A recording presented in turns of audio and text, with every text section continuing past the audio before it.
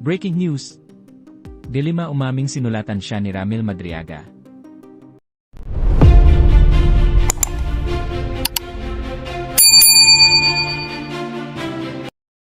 Inamin ni mamamayang Liberal Party List Representative Leila De Lima na siya ay personal na sinulatan ni Ramil Madriaga, ang lalaking naglabas ng questionableng affidavit na nag-ugnay kay Vice President Sara Duterte, sa umano'y iligal na droga at pogo operators. Sa kanyang pagharap sa Saturday News Forum, sinabi ni De Lima na natanggap niya ang liham ni Madriaga noong November 17, kung saan humihingi ito ng tulong kaugnay ng kanyang nakabinbin na kasong kidnapping sa Manila Regional Trial Court.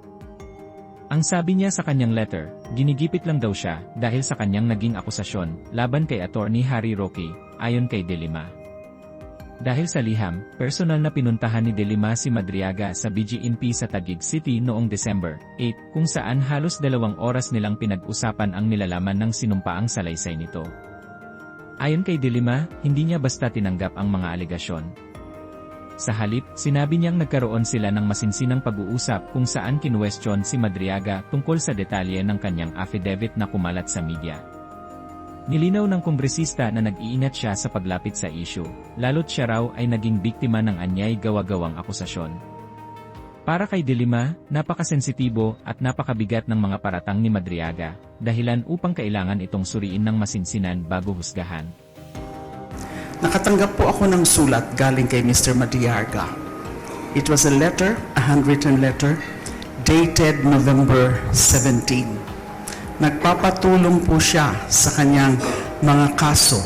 Ang sabi niya doon sa handwritten letter, it was a handwritten letter course through his lawyer, Attorney Palad, na ang sinasabi niya sa kanyang letter ay ginigipit lang daw niya siya dahil sa kanyang mga naging akusasyon laban kay Attorney Harry Roque. Doon sa kanyang, ang sinasabi niya sa kanyang letter is that dahil meron siyang sinampang kaso about land grabbing somewhere in Mariveles, Bataan. Of course, I do not know tungkol dyan sa kaso na yan. But that is the content of his letter. So as I said, it's dated November 17. Course through his lawyer.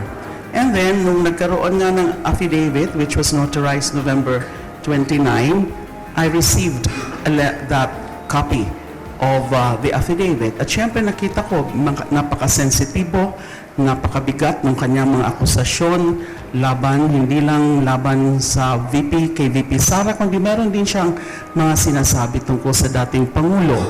Meron siya mga nabanggit na mga personalidad.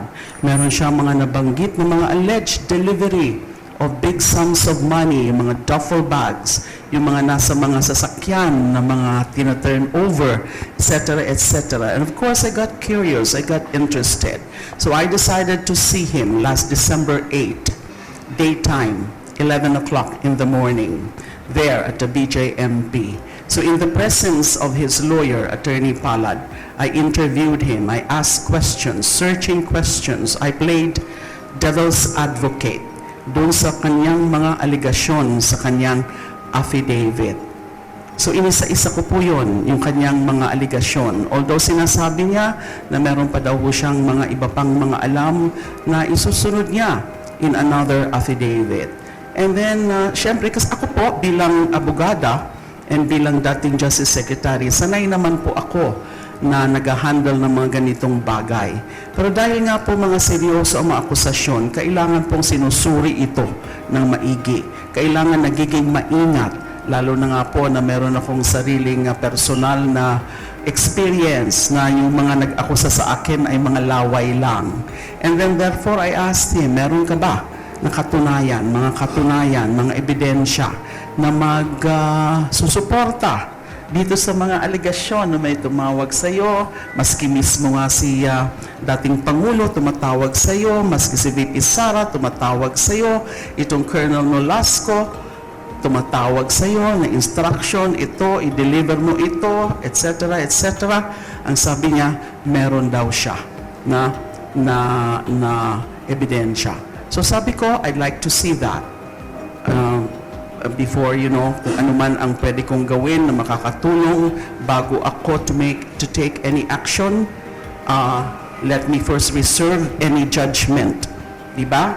Kasi gusto ko, pag mga ganito mga bagay na mga maselan, sensitibo, ay maging maingat. So yun po ang sitwasyon. I stayed there, I think, if I'm not mistaken, for a little over 2 hours. It started my interview of him, na meron namang bantay doon, na guard from sa BJMP. There's a CCTV there.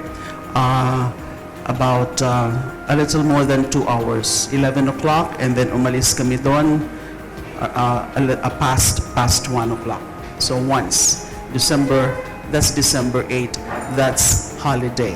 And then naglabasan na itong mga to. Marami na akong mga nakita sa news and then sa social media na mga posts about this.